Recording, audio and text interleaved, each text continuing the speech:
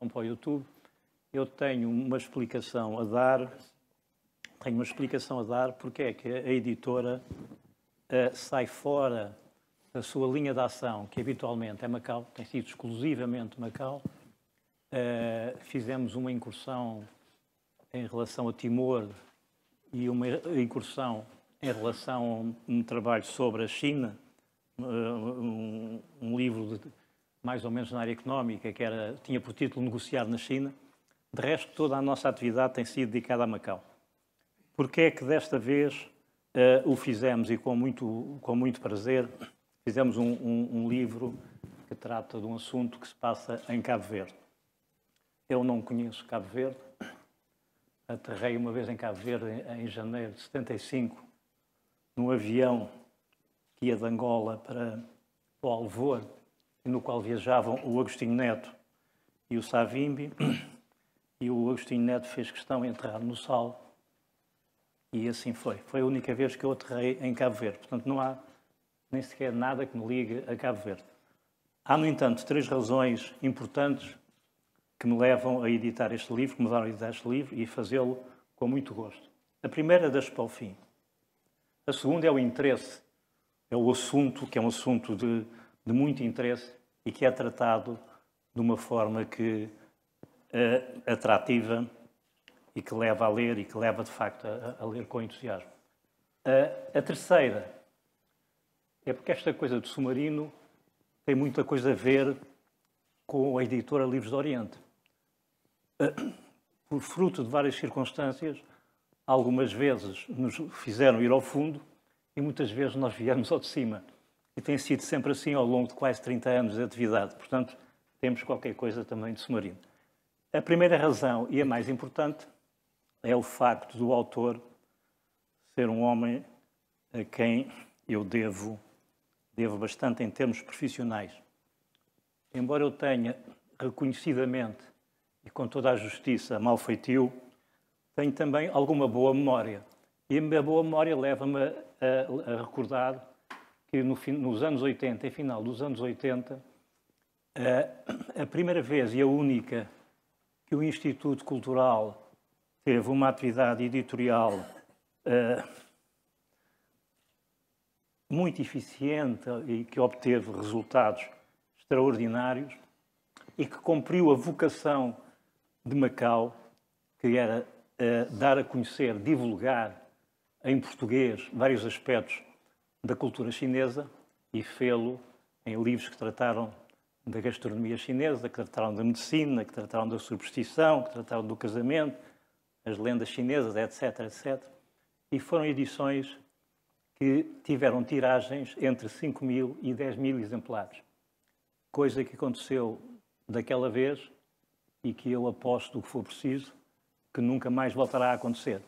Portanto, foi uma época em que um gabinete especial, um gabinete de projetos especiais, numa altura em que era presidente do Instituto Cultural, o Dr. Jorge Morbey, que fez aquilo que infelizmente nunca mais se veio a fazer e que também infelizmente não serviu de exemplo para os anos que vieram a seguir. Daí a minha eterna dívida de gratidão e tudo aquilo que o Dr. Jorge Morbey precisar de nós, e sabendo sempre nós que aquilo que vem dele tem mérito e qualidade, nós estaremos disponíveis. Finalmente, e devia tê-lo feito no início, quero agradecer a presença de todos e quero agradecer, como sempre, e com cada vez mais renovado reconhecimento, a colaboração da Fundação Rui Cunha. Muito obrigado. Bom, eu, antes de mais, começo por te agradecer, porque essas palavras não são completamente justas, porque a gente cumpriu a missão que tínhamos que cumprir na altura. É com os outros não cumprirem a missão deles. E, portanto, não dá para... Quer dizer, o vosso trabalho realmente foi um trabalho sensacional.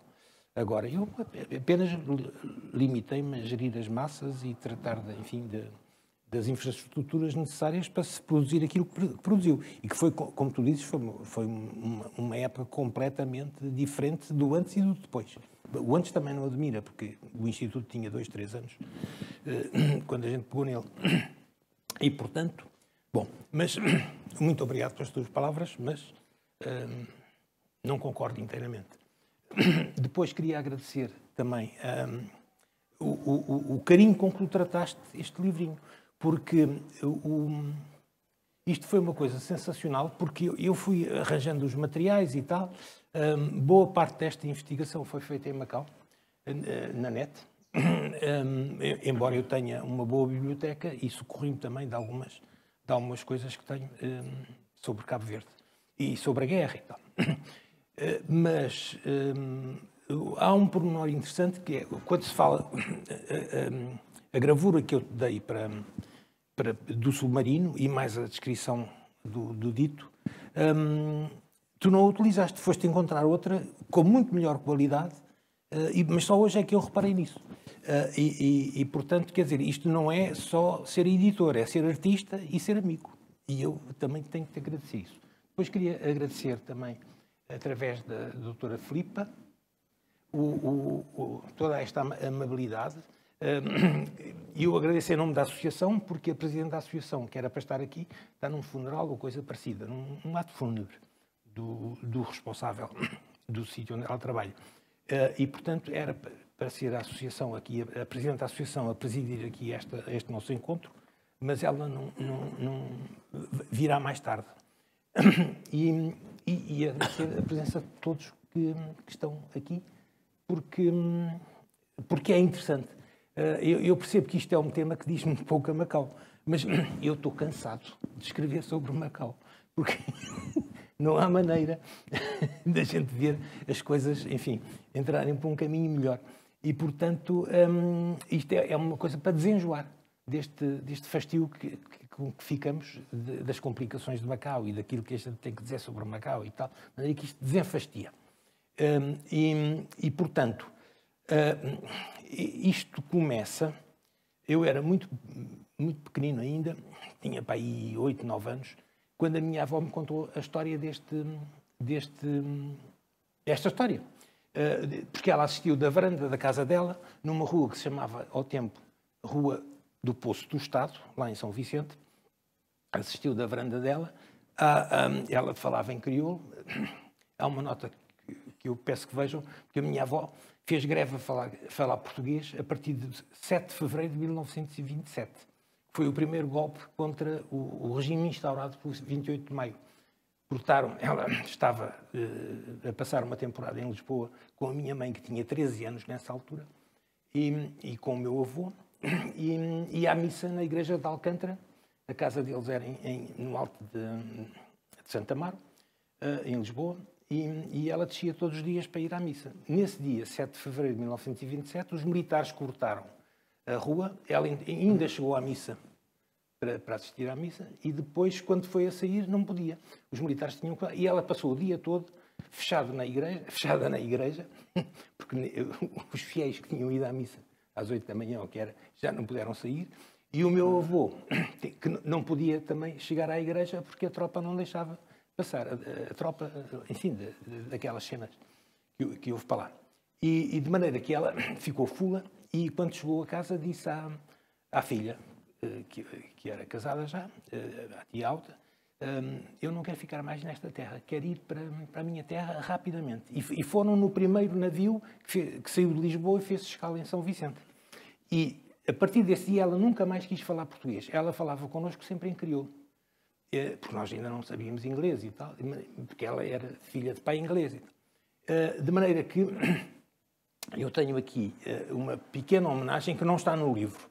Eu não ia sacrificar isso, porque ela descrevia aquele submarino encurralou o navio até ele encalhar na Cova de Inglesa. Vou-te lembrar de Cova de Inglesa? George.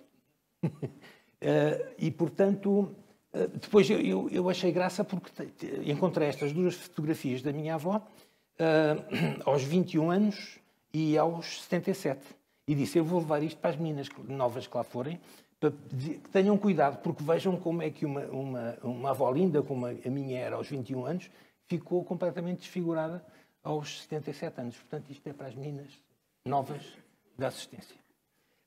Bom, agora, a importância deste livro, disto que eu investiguei, não é propriamente a história da minha avó, porque ela não me deu mais pormenores, disse-me só isto. O submarino enrocou o navio e fê-lo encalhar na cova de Inglesa. O importante é que este ato de guerra, que implicou mortes, que implicou feridos e não sei o que mais, e a danificação de 2 navios brasileiros, que não puderam fazer mais nada na vida, este ato, na memória coletiva do povo da minha ilha, de São Vicente, tem uma leitura. O que a memória do povo de São Vicente guardou é uma coisa completamente diferente.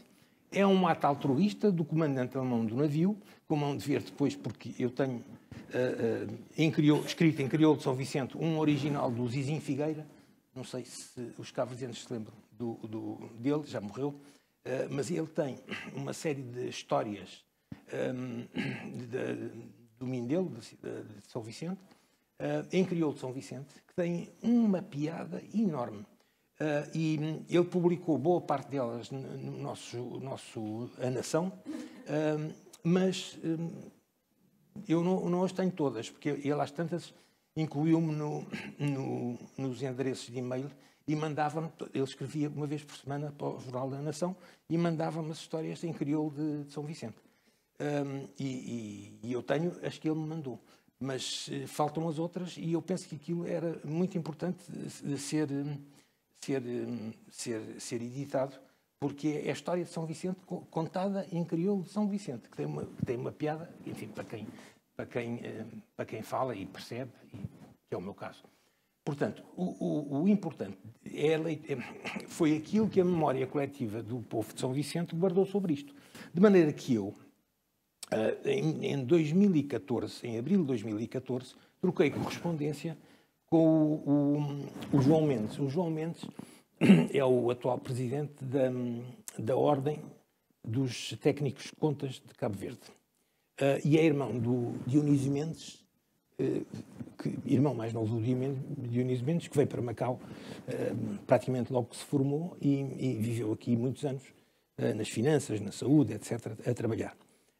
E, portanto, a troca de correspondência que eu tenho e que registro no início do livro é uma espécie de ponto de situação, como é que se encontra esta questão na memória coletiva do povo de São Vicente. E ele diz-me, em termos atuais, eu julgo que nunca ninguém soube o nome do comandante do submarino. Mas, enfim, a própria suposta namorada dele, na Xanda Alecrim, em São Vicente, também tem, nas 2 fontes escritas que eu tenho da história, numa tem nome tem um nome e na outra tem outro nome. Portanto, mas o básico disto é que um ato de afundamento de dois cargueiros brasileiros na Baía do Porto Grande mantém-se na memória coletiva do povo de São Vicente como um ato amigo, altruísta, do comandante do submarino alemão, porque sabia que havia fome em São Vicente e, portanto, em São Vicente há uma coisa que se chama moia, que é quando os navios encalham ou se afundam junto à costa, o povo vai a correr e cada um tenta arranjar um bote e tal, e chega lá, e se houver milho é ótimo, porque a cachupa fica mais rica, feijão, enfim, e comida. Bom, e portanto, isto aconteceu com esta leitura, e portanto permanece, em abril de 2014, permanecia esta situação que o comandante do submarino alemão afundou um navio carregado de comida como forma de ajudar o povo de São Vicente. Os alemães do submarino desembarcavam à noite e iam divertir-se nos bares, no Lombo, que era um bairro de prostitutas, onde abundavam prostitutas, ou outros lugares mais escondidos, e depois de se divertirem, voltavam ao submarino. Aqui, portanto, São Vicente era assim uma espécie de pasto de jardim onde os alemães do submarino iam esticar as pernas. Não é verdade. Nessas sessões de divertimento, o comandante terá recebido informação, talvez através de uma prostituta, de que a situação estava muito má em São Vicente por causa da fome. Como forma de ajudar o povo de São Vicente, o submarino alemão foi encurralando um navio que vinha da Argentina, carregado de comida, até levá-lo a esconder-se na baía de Porto Grande. O submarino alemão mandou-lhe um torpedo, levando o barco a encalhar. Isto ainda é a memória coletiva do povo de São Vicente em 2014. Ora bem, desde logo nós podemos calcular, quando eu analisei os manifestos de carga dos dois cargueiros brasileiros, o que eles transportavam era peles do Brasil e da Argentina para o sul de França e café em grão.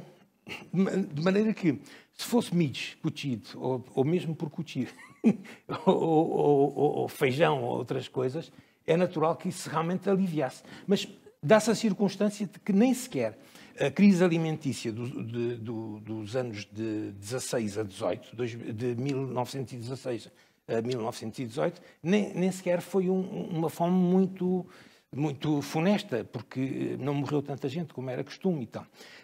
E depois, mais adiante, podemos ver que a biografia do comandante do submarino, ele entra para a carreira. Eu fui buscar isso tudo e é uma biografia bastante detalhada com o que ele fez ano a ano, e não há folga nenhuma na vida dele para ele ter estado em Cabo Verde antes da guerra, porque a única vez que ele esteve foi quando mandou os vapores brasileiros ao fundo. Portanto, há aqui uma série de incoerências e, portanto, esta foi a minha preocupação, era tentar encontrar por que razão é que uma história, um episódio de guerra no mar, um ataque por torpedos mandados por um submarino, tem esta leitura. E então, às tantas, consegui ter acesso a um estudo feito nos Estados Unidos da América, já perto do final da Segunda Guerra Mundial, em que se referia que as pessoas, quando aquilo era uma experiência que foi feita com voluntários, para se analisar as consequências fisiológicas e psicológicas da fome nos indivíduos que a sofrem. Bom, mas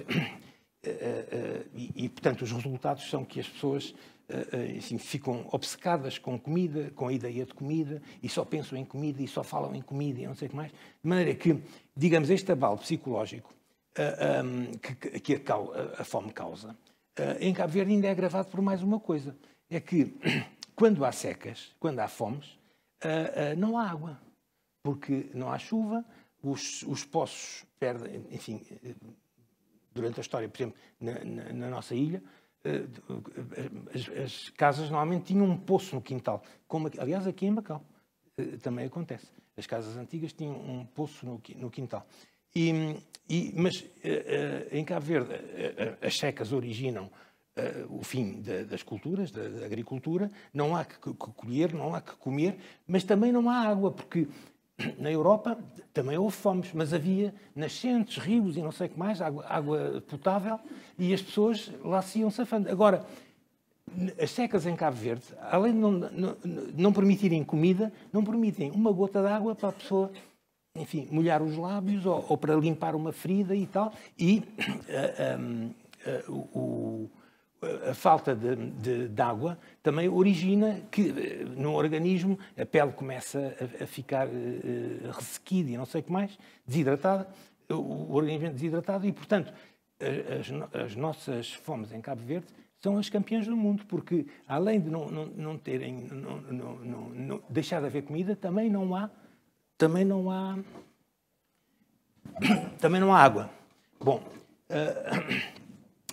em Cabo Verde nós temos uma maneira muito sui generis de encarar as fomes, sentimentos. Porque há esta ligação da fome com as moias, com a ideia de que há um navio que naufraga nas costas das ilhas e tal, e que se pode ir lá buscar comida e não sei o que mais. E, portanto, o trauma das secas e das fomes atenua-se e transcende muitas vezes para a extensão metafísica do nosso imaginário coletivo, com o prodígio das moias, designação dada como já expliquei, quando encalham ou naufragam um navio no nosso litoral e as pessoas vão lá buscar, arranjam um bote ou um tronco, ou não sei, para chegarem ao navio para trazer alguma coisa que se coma. E portanto, mas eu tenho uma descrição que vos vou amassar e lê-la, de uma das fomes, com alguma importância, em 1921-22. E isto é um escrito do António Carreira. Não sei se lembram de um ministro das Finanças do primeiro governo constitucional em Portugal, que se chamava Medina Carreira. Era o pai do Medina, peço desculpa, do Medina Carreira, este Carreira. Então ele conta aqui uma história que eu acho das coisas mais terríveis que tenho lido sobre as fomes. A vila, que era de São Filipe, na Ilha do Fogo, estivera quase que permanentemente invadida de ondas de famintos procedentes do interior, que deambulavam de rua em rua à busca de quaisquer alimentos. Nas casas mais abastadas, houve que alterar o horário das refeições e, por essa altura, fechar as janelas e portas, porque os famintos mal sentiam o característico ruído dos talheres a bater nos pratos, alvoroçavam-se e, em uníssono, lamuriavam-se numa cantilena monocórdica que tinham fome. Fome, fome. Daí que a hora do almoço tivesse que ser retrotraída para as 10 ou 11 e a do jantar para as 16 ou 17 horas. Não eram só as lamentações em coro que atormentavam as pessoas. O cheiro nauseabundo dos corpos, de corpos que não se lavavam há semanas ou meses, as úlceras mal cheirosas e os farrapos de que cobriam tudo, constituía um quadro trágico de miséria a que, em boa lógica, não podia ser superada individualmente. Sentavam-se nos passeios e, debilitados pela fome, dormitavam e acabavam por morrer ali mesmo. A dada altura, deparou-se um quadro arrepiante de uma mulher nova, estendida no chão, na rua, e que aparentava estar a dormir e tinha um filho de poucos meses sobre ela a chupar no seio. Tristemente, a mãe estava morta e, assim mesmo, a criança inocente continuava a mamar. Isto as fomes são uma coisa, as descrições das fomes são das coisas mais horrorosas que se podem ler. Mas esta, para mim, é de um colorido extremamente dramático. E depois, involuntariamente, isto dá-nos aqui também uma ideia um tanto ou quanto desagradável, que era as fomes eram sentidas pelos explorados. E aqui o autor era da classe dos exploradores, é evidente, porque as fomes eram incómodas para quem tinha dinheiro para comer comida importada, para quem tinha capacidade. Agora, o povo que vivia do trabalho agrícola, esse não tinha que comer e sofria. E aqui transparece uma certa incomodidade, que chatice. Estes tipos virem agora cercar as casas, a gritar fome, fome, e a querer comida, e a cheirar mal, e não sei o que mais. De maneira que, enfim, o que a fome faz. A crise alimentícia de 1916-18 não foi assim das mais funestas. Mas reparem na sequência das fomes que houve, enfim, por esta altura. 1911 a 15, 1901 a 4, 1890 a 1900. E depois 21, 22, 23, 24, 41, 43 e 47, 48. Eu ainda assisti, em miúdo, à fome de 47, 48. E tenho memórias terríveis dessa coisa, de vermos criancinhas mortas nas valetas das ruas. Isso acontecia. Tanto que boa parte das pessoas que morriam nestas crises havia a certidão de óbito passada pelo médico. E o governo proibiu os médicos de declararem nas declarações de óbito que as pessoas, a causa da morte era a fome, era a subnutrição. Portanto, era uma tragédia em todas as coisas. Portanto, eu já falei aqui na história de tentar encontrar estudos sobre a fome, sobre os efeitos psicológicos e fisiológicos da fome. E então encontrei este estudo, até por indicação da minha filha, que é psicóloga, num estudo efetuado no final da Segunda Guerra, na Universidade de Minnesota, sobre os efeitos psicológicos e fisiológicos da fome. O fisiologista Ansel Keys e o psicólogo Joseph Prozek concluíram que a fome tornou os homens obcecados por comida, sonhavam e fantasiavam sobre comida, liam e falavam de comida. Reportaram fadiga, irritabilidade, depressão e apatia.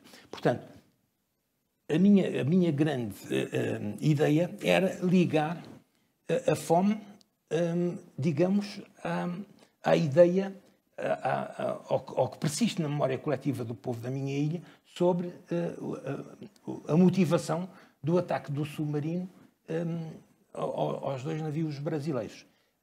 Pronto, mas eu não tenho preparação para aprofundar isto e, portanto, isto é como que abrir uma janela para quem souber bem estas coisas das psicologias e tal, olhar para fora e tentar encontrar, de facto, a influência. Porque eu tenho a memória da minha infância em que montes de dementes, não sei se tu te lembras, eu tenho aqui até uma lista dos que me lembro de memória. Minha Carolina Doida, não sei se te lembras da minha Carolina Doida. Minha mãe não lá afinada. Minha mãe não lá afinada era de Santiago, mas por qualquer razão desembarcou em São Vicente e lá ficou e lá terá morrido. O Mário Doido. O Mário Dode era um tipo que imitava. Ele, aos sábados, normalmente, passava lá por casa para tomar um café com leite e pão com manteiga e tal, que era assim uma espécie de pequeno almoço oficial. E então a especialidade dele era imitar o ruído e o funcionamento das máquinas da central elétrica da ilha de São Vicente. E pronto, e ele ficava extremamente gratificado com um pequeno almoço que se lhe oferecia. Mas, portanto, eu penso que esta lista de pessoas com doença mental, que depois eram apedrejadas pela criançada e não sei o quê, e eram motivo de... Tudo isto tem a ver com a relação da subnutrição. Deve ser a subnutrição que induz estas doenças mentais. Porque eu lembro-me de amigos meus, de brincarmos na rua, que não jantavam. Não jantavam no tempo da minha infância, porque não havia comida para jantar. E era sempre muito arranjado. Mais tarde, a primeira vez que eu fui a Cabo Verde, depois de ter saído de lá na minha infância ainda, depois de completar a instrução primária, houve um professor de desenho que me contou uma história em que ele me dizia: isto é uma espécie de um código.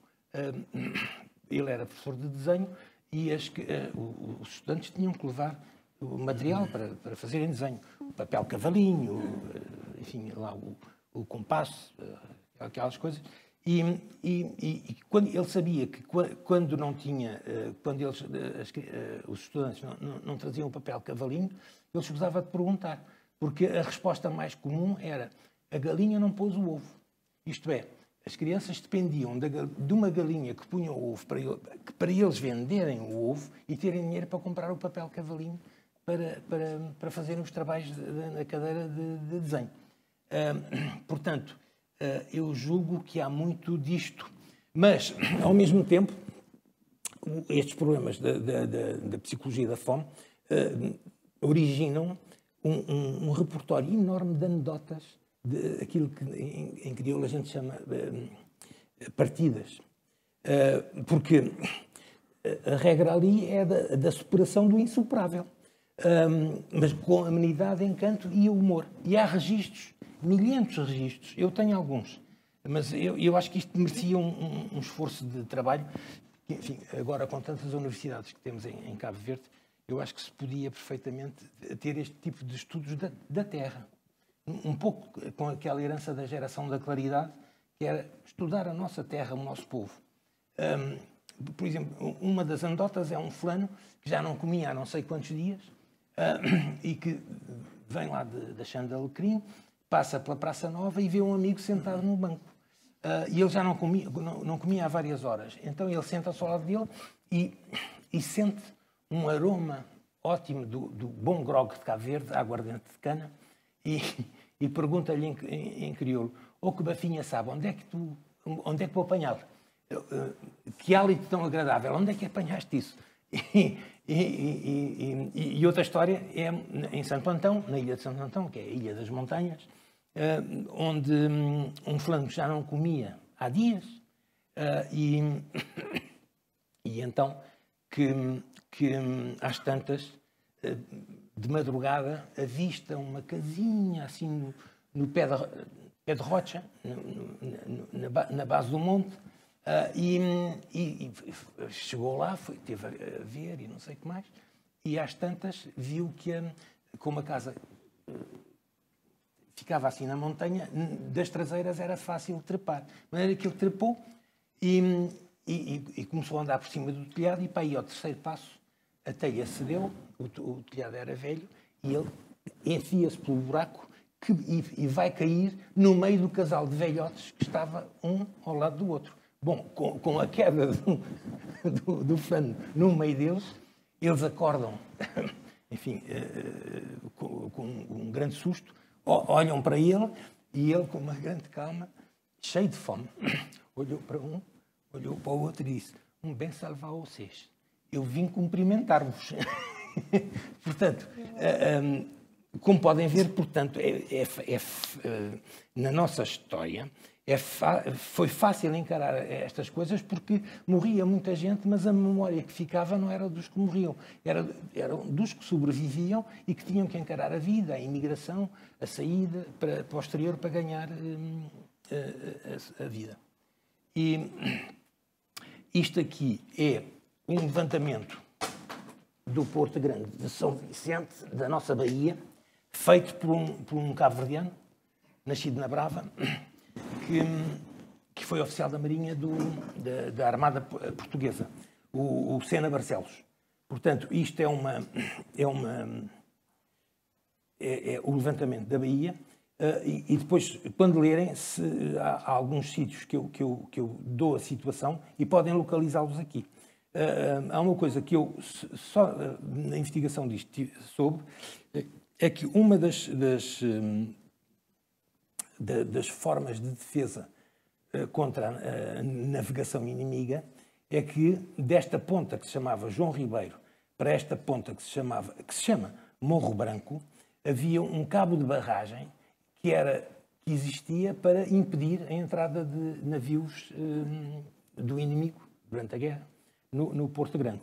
Mas alguma coisa aconteceu, porque no dia 2 de novembro de 1917 o submarino alemão entrou e fez o que lhe apeteceu. Isto é a mesma Bahia. Há uma coisa que eu refiro, que é o Ilhéu. O Ilhéu era o terceiro ponto fortificado. Portugal fortificou a ilha, porque era por onde passava todo o tráfego marítimo que fazia escala em São Vicente, e da Europa para o sul e vice-versa. E portanto, era a ponta do João Ribeiro e a outra ponta do Morro Branco, e o Ilhéu, que tinham artilharia. E depois, na Segunda Guerra Mundial, numa zona já praticamente, hoje está dentro da cidade, que chama-se o Monte Sossego, foi onde se instalou uma bateria antiaérea, porque na Segunda Guerra Mundial a defesa já não era só contra os ataques marítimos. Esta gravura é muito interessante. Aliás, eu tenho isto em tamanho natural na minha casa lá em Sintra, porque é uma perspectiva da Ilha de São Vicente nos primeiros anos do povoamento. E o povoamento de São Vicente é muito rápido. Eu ainda não queria ir a esta, queria ir atrás, porque, como se vê, aqui no cimo deste monte, há uma coisa que se chama o Fortim del Rei. Ainda hoje está praticamente em ruínas e parece que foi vendido para fazer um empreendimento hoteleiro ali. Enfim, podia-se ter feito o empreendimento, mas preservando aquilo. Porque o Fortim foi construído para a defesa do Porto,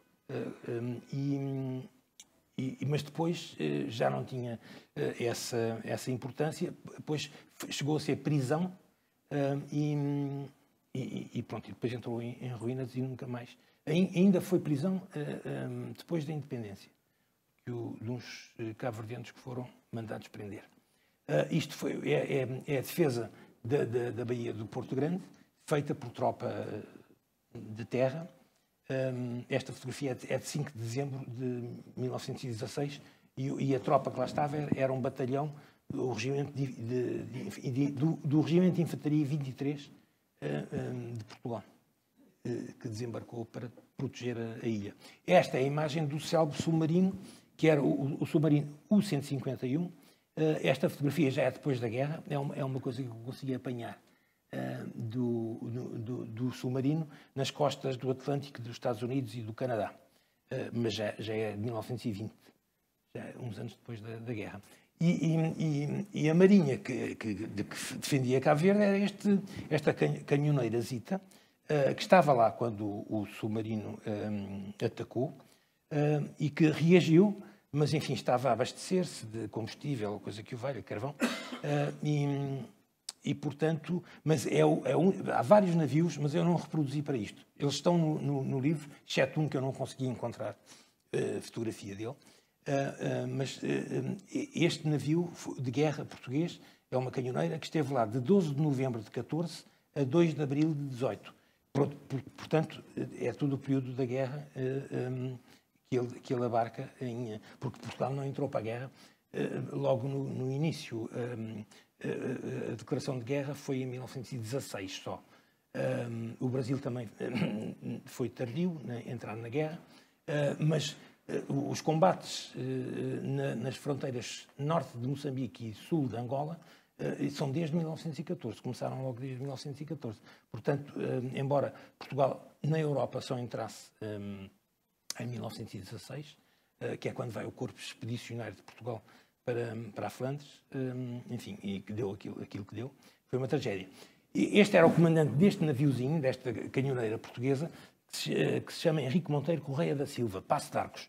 O pai dele, ele nasceu em Macau, este comandante nasceu não sei se lembram do Joaquim Passo de Arcos, que tinha um irmão que eu não me lembro agora do nome, o nosso Passo de Arcos, escritor, era filho deste. Este nasceu em Macau e os filhos, ele depois esteve cá em Macau também, e o Joaquim Passo de Arcos e o irmão estudaram aqui no Liceu de Macau. E o pai nasceu aqui em Macau porque o pai tinha sido governador no século XIX, aqui governador de Macau. Eu penso que nunca em São Vicente, nunca ninguém viu as fotografias dos navios brasileiros que foram afundados. Mas eles estão aqui, os dois, e isto é extraído, porque eu cruzei as fontes brasileiras, alemãs, portuguesas e cabo-verdianas para ver se conseguia tirar. Enfim, neste cruzamento de fontes, na pesquisa de fontes, eu consegui estas duas fotos dos dois navios de cargueiros brasileiros que têm aqui o registro do naufrágio. Curiosamente, não sei se é um problema de fuso horário, não me detive nisto, enquanto as fontes alemãs, as fontes portuguesas, as fontes cabo-verdianas são omissas na data, mas as fontes alemãs e as fontes portuguesas dizem que é no dia 2 de novembro, registram que é dia 2. As fontes brasileiras falam em 4 de novembro. Portanto, 2 dias depois, penso que é um problema de fuso horário, mas não perdi tempo a encontrar. Depois, isto são umas vistas da nossa terra, a Praça da Estrela, porque se lerem o texto, hão de ver que na versão que está escrita em crioulo e que eu traduzi para português também, esta história é contada nesta Praça da Estrela de uma forma muito curiosa, que é o tal conto contado pelo Figueira. Isto é o telégrafo inglês, que é uma das coisas que dá notoriedade à Ilha de São Vicente, porque os ingleses é que provocaram o povoamento de São Vicente. São Vicente só foi povoado, houve várias tentativas ainda no século XVIII e tal, mas realmente é o interesse dos ingleses em estabelecerem um ponto de abastecimento de carvão e de víveres ao longo da rota dos ingleses para o Atlântico Sul e para o Oriente. E é por essa razão que... E isto é o edifício do telégrafo inglês, enfim, que depois permaneceu praticamente até a independência. Isto é o telégrafo italiano.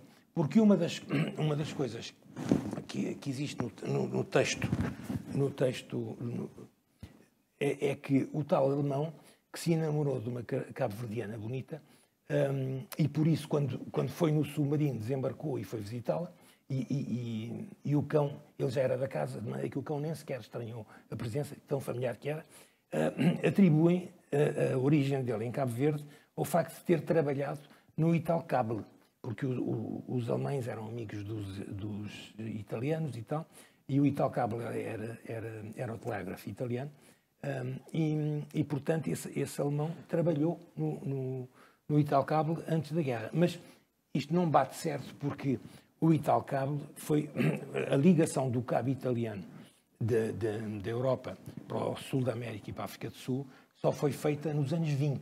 Portanto, a guerra, este episódio da guerra, é em 1917. Portanto, não condiz com o facto do tal alemão eventualmente ter estado em Cabo Verde. Depois, num outro escrito que há sobre este episódio, diz-se que muita gente o reconheceu. Depois de ele sair da casa da Bia, da namorada, juntou-se muita gente e tal, que se lembrava dele, porque ele tinha sido comandante de um navio mercante que passava muitas vezes em São Vicente e atracava lá. Mas já agora, Chantre, não sei se tu conheces uma história do teu pai. O teu pai era juiz substituto e, portanto, fazia julgamentos. E o Fanha, sabes quem é o Fanha? Uma vez foi preso porque, enfim, fez lá um desmando qualquer e a polícia prendeu. E quem o julgou foi é como o caso do Soluçou. Quem o julgou foi o teu pai, que era juiz substituto. E então, no final do julgamento, o teu pai dá-lhe uma grande lição e diz: isto parece impossível, então você está a ver, eu tenho uma propriedade no Monte Verde, no ponto mais alto da nossa ilha. E os burros, quando levam carga para cima, as mulas e não sei o que mais, se nós pusermos um balde de aguardente, grog, e um balde de água, eles, quando chegam cansados lá acima, cheiram o balde de aguardente, mas bebem a água, não bebem a aguardente. E você foi preso, os desmandos que fez foi por beber demais. E o Fanha disse ao teu pai: ó senhor doutor juiz, é que o burro é mesmo burro. Não sei se conhecias a história. Isto a Matiota era a nossa praia, isto era uma piscina para crianças e, portanto, isto é suposto ser o sítio onde o comandante do submarino alemão, desembarcou e depois daqui seguiu para a Chã de Alecrim, que é relativamente perto da Matiota. E hoje já não existe, com a construção do... Isto é o nosso ilhéu, que enfim, também está nos textos que eu transcrevo, e pronto, é uma vista parcial da nossa cidade, do Mindelo. Bom, e agora o personagem inventado, que é este Valdemar Cofameyer, que eu vi com detalhe toda a biografia dele e não há espaço. A seguir aos 18 anos ele não tem espaço nenhum para ter estado em Cabo Verde antes deste episódio do submarino. Bom, e a própria carga dos navios, peles e café, não eram aliciantes exatamente para ajudar contra a fome, porque enfim, se fosse feijão, milho, etc., tudo bem. Bom, uma das coisas que perpassa no arquivamento desta memória, na memória coletiva do povo da minha ilha, é uma certa depreciação da defesa marítima de Cabo Verde pelas autoridades portuguesas. E eu penso que não é tanto assim, porque o submarino mandou os torpedos e foi-se embora, desapareceu. Depois ainda andou por ali mais alguns dias e depois foi afundar um navio na Madeira e depois atravessou o Atlântico e fez para ali umas razias na costa americana que constam, estão descritas aí no livro. E O Cabo Verde tinha uma colónia de ingleses muito importante na Primeira Grande Guerra e na Segunda também. E então, boa parte deles eram do telégrafo, eram pessoas que trabalhavam no telégrafo, mas não eram só ingleses, porque eles contratavam gente capacitada, de cabo-verdianos, que trabalhavam também no telégrafo. E, portanto, eu encontrei esta notícia e esta foto, que é do ministro da Marinha de Portugal, que a bordo da tal canhoneira Ibo, que, enfim, não tem a dimensão do submarino alemão, mas, enfim, estava ali, enfim, para ajudar a defesa da ilha. Portanto, este é o ministro Canticastro, que era o ministro da Marinha. Este é o comandante, o tal que nasceu aqui em Macau, o Pastarcos, e depois suponho que este é o inglês, porque a Inglaterra entendeu que devia prestar homenagem à tripulação desta canhoneirazita pelo seu desempenho na defesa de Cabo Verde, na defesa marítima de Cabo Verde. E, portanto, eles instituíram uma coisa... Eu tenho isso descrito num livro, e então foram de propósito a Lisboa. A canhoneira Ibo já tinha regressado a Portugal, e no Tejo, o comandante de um navio de guerra inglês faz questão em ir prestar homenagem à tripulação desta canhoneira Ibo pelo seu trabalho, isto por indução da colónia inglesa residente em São Vicente, relativamente à atuação deste naviozinho de guerra que teve lá os 4 anos em que durou a Primeira Guerra Mundial. E julgo que já não vos vou amassar mais, e agradeço muito a vossa paciência, porque ainda por cima não tenho ninguém para me ajudar a ler nada, tu chegaste tarde e, portanto, a minha voz já está a esgotar-se. Muito obrigado e muitas desculpas.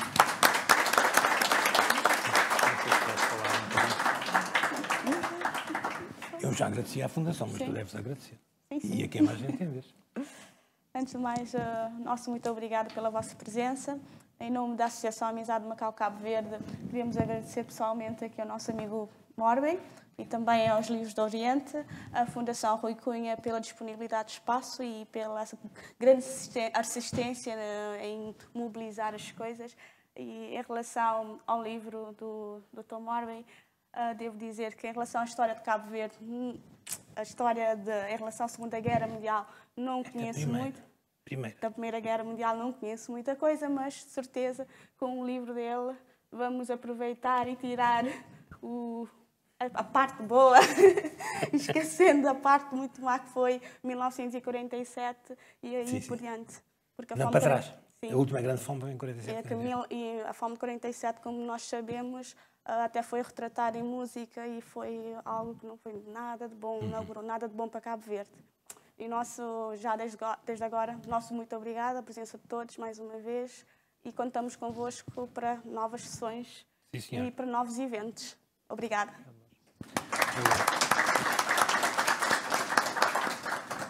Não sei se...